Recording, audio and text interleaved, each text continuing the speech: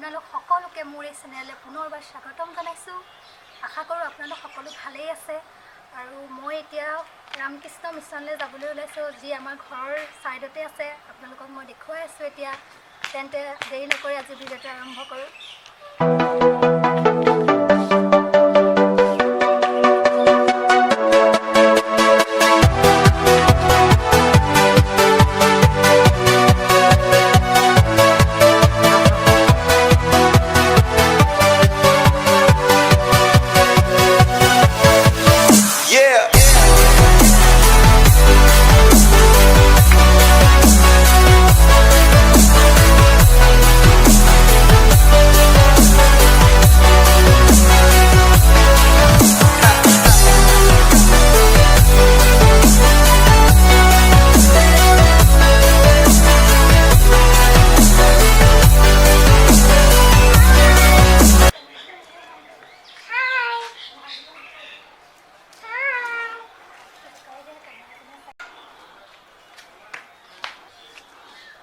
এয়া মই আহি পাই গ'লোহি লামডিং ষ্ট্ৰীটৰ ৰামকৃষ্ণ মিছনত, যিটো আমাৰ ঘৰৰ একেবাৰে কাষতে আছে। আজি মোৰ লগত চুনুও আহিছে।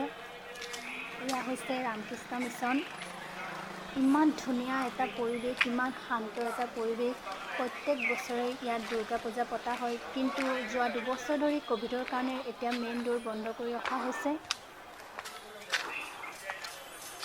হৈছে ৰামকৃষ্ণ মিছনৰ লগতে থকা স্কুল, যিখনত ইয়াত থকা অনাথ শিশুসকলে পঢ়ে।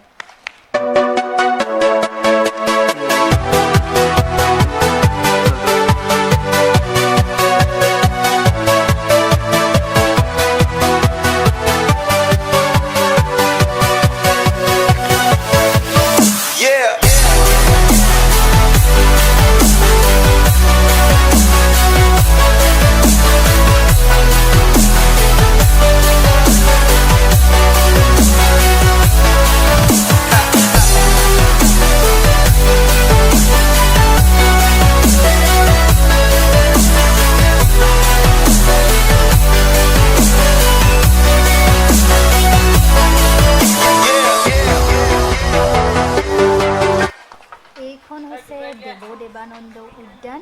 এই উদ্যানখনত ৰখা হৈছে স্বামী বিবেকানন্দৰ এটা প্ৰতিমূৰ্তি, আৰু ইয়াৰ চাৰিওফালে থকা বিভিন্ন ফুলে পৰিৱেশটো বহুত বেছি ধুনীয়া কৰি তুলিছে।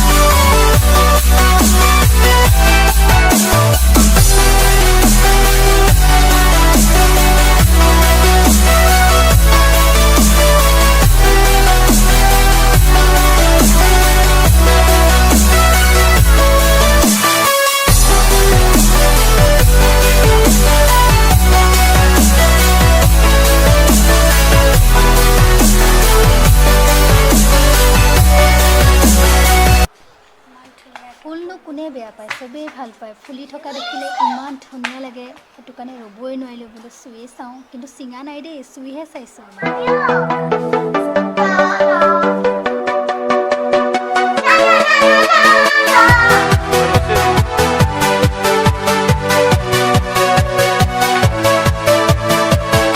এইখিনি হৈছে মিছনৰ বেক চাইড। যিহেতু লকডাউনৰ কাৰণে বন্ধ আছে, সেইকাৰণে ভিতৰখিনি দেখুৱাব নোৱাৰিলোঁ। আগলৈ ভিতৰভাগ দেখাব চেষ্টা কৰোঁ।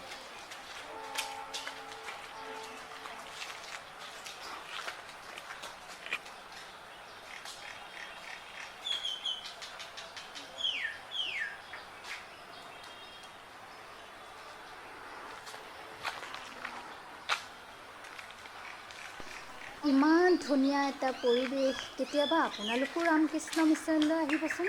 মইতো সদায় দেখিয়েই থাকোঁ বাৰু, কিয়নো আমাৰ ঘৰৰ কাষতেই আছে।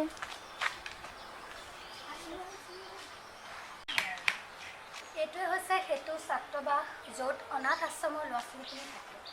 এইটো চাওক আপোনালোকৰ দেখুৱাই আছোঁ এইটো।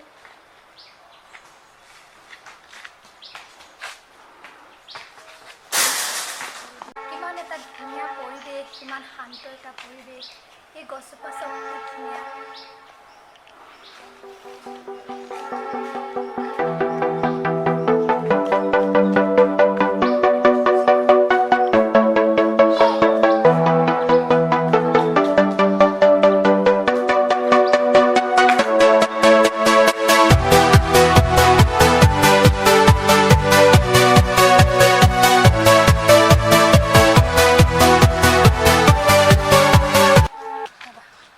তেনেহ'লে আজি ভ্লগটো ইয়াতে সামৰণি মাৰিছোঁ, আৰু যদিহে আপোনালোকে মোৰ ভিডিঅ'বোৰ চাই ভাল পায় তেনেহ'লে লাইক কৰিব, কমেণ্ট কৰিব, ছাবস্ক্ৰাইব কৰিব আৰু কাষতে থকা বেল বটনটো দবাই দিব। Thank U.